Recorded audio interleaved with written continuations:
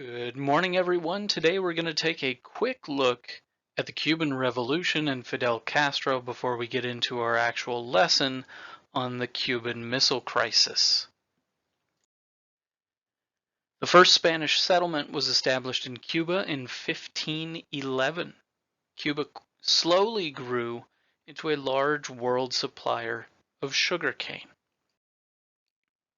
In 1868 and 1879, Cubans made attempts, which were eventually unsuccessful, to gain their independence from Spain. In 1895, another attempt at independence began, and in 1898, the U.S. joined the war on the side of the Cubans. By December 1898, Spain gave up control of Cuba. The United States took control and ruled Cuba through a military government. By 1902, Cuba had achieved full independence. However, the United States was still allowed to intervene, particularly in economic or foreign affairs.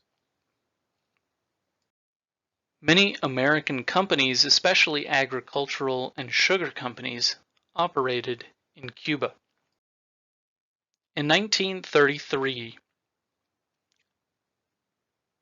Fulgencio Batista came to power in Cuba after a massive labor strike motivated by government corruption. During his 26-year rule, Batista implemented some progressive social and economic reforms, but later suspended these. Government corruption and brutality grew over time during his administration.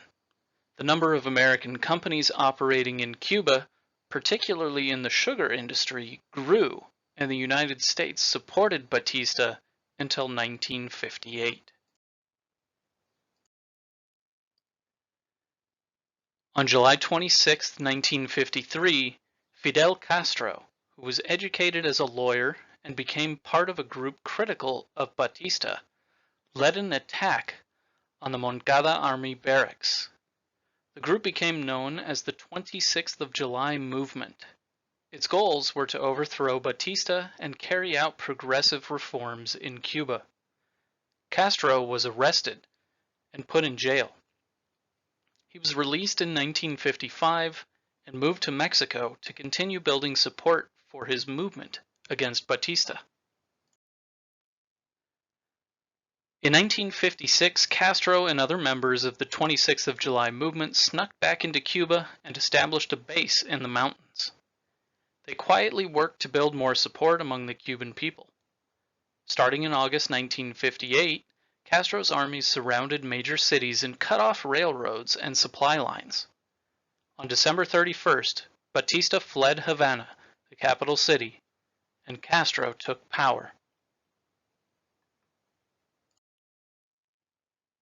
The Eisenhower government recognized Castro as the new leader of Cuba, and in April 1959, Castro visited the United States and met with Vice President Richard Nixon.